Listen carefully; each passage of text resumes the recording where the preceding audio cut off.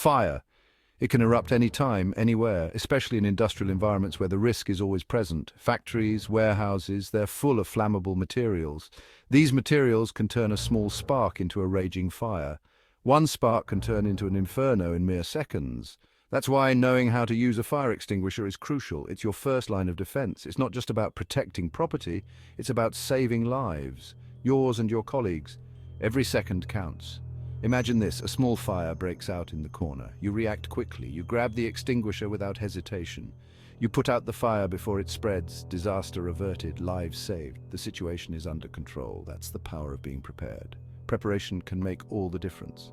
But using an extinguisher isn't as simple as it seems. It requires proper training and understanding. You need to know what you're doing. Confidence comes from knowledge. The wrong extinguisher can make things worse. It can escalate the situation. Different fires need different approaches. That's what we'll cover in this training. Remember, fire is a formidable opponent. It doesn't discriminate. But with the right knowledge and training, you can be ready to face it head on. Be prepared, stay safe. Not all fire extinguishers are created equal. Each type is designed for specific kinds of fires. Different fires require different extinguishing agents. Knowing which one to use can make all the difference. Using the wrong one can be dangerous, even deadly. It can make the fire worse or cause harm to you. You need to know your weapon. Proper training is essential. Water extinguishers. These are the most common. They are easily recognizable and widely available. They use a jet of water to cool down the fire, reducing the temperature and extinguishing the flames. Effective against Class A fires like wood, paper, and cloth. These are everyday materials that can catch fire easily, but never use on electrical fires. Water conducts electricity. You could get electrocuted, which is extremely dangerous. CO2 extinguishers. These contain carbon dioxide, a gas that displaces oxygen, effectively suffocating the fire. Effective against Class B fires, such as flammable liquids like petrol and electrical fires. They are versatile and quick-acting, but they don't cool the fire down. It could reignite if the source of heat remains. Powder extinguishers. These use a dry powder to smother the fire, cutting off the oxygen supply. They work on Class A, B, and C fires, including flammable gases. They are highly effective in diverse situations, but the powder can damage electronics. Use with caution around sensitive equipment. Foam extinguishers. These create a layer of foam that suffocates the fire, cutting off its oxygen supply. Good for Class A and B fires. They are particularly useful for liquid fires, remember. Each extinguisher has a label. This label is your guide. It tells you what type of fire it's for. Learn these types. Familiarize yourself with them.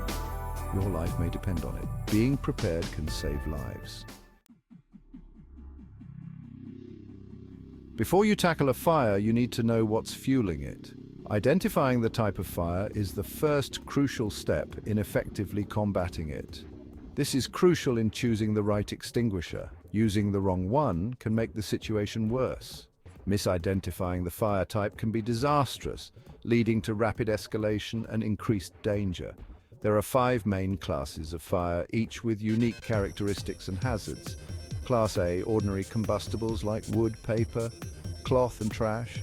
These materials are common in homes and offices. These are the most common types of fires, often starting from everyday items. Class B, flammable liquids such as gasoline, oil, paint, and solvents. These fires are often found in garages and industrial settings. These fires burn intensely and spread quickly, making them particularly dangerous. Class C, electrical fires involving energized equipment like appliances, wiring, and circuit breakers. These are common in both residential and commercial buildings. Water is your enemy here. Using it can cause electrical shock or spread the fire. Class D, combustible metals like magnesium, titanium, and potassium. These are rare but extremely hazardous. These fires require special extinguishing agents designed specifically for metal fires. Class K, cooking oils and fats found in kitchens. These fires are common in restaurants and homes. These fires require specific agents to prevent reignition, as water can cause the fire to spread. Learn to recognize these fire types through proper training and awareness. It's a matter of life and death. Correct identification can save lives and property. In a real fire situation, every second counts. Quick and accurate identification is essential. Section 4, pass to extinguish, a life-saving technique. Now you know the types of fires and extinguishers, but how do you actually use an extinguisher? That's where the pass technique comes in. It's a simple, easy to remember acronym, P, pull the pin. This breaks the tamper seal and allows you to discharge the extinguisher.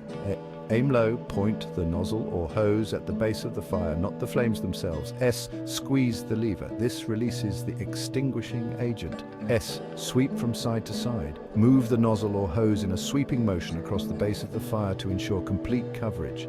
This technique ensures you use the extinguisher effectively and safely. Master this technique. It could save your life one day. Section 5. Pass in action, a real-world scenario. Let's say you're in a workshop. Suddenly you see flames erupting from a trash can filled with oily rags. What do?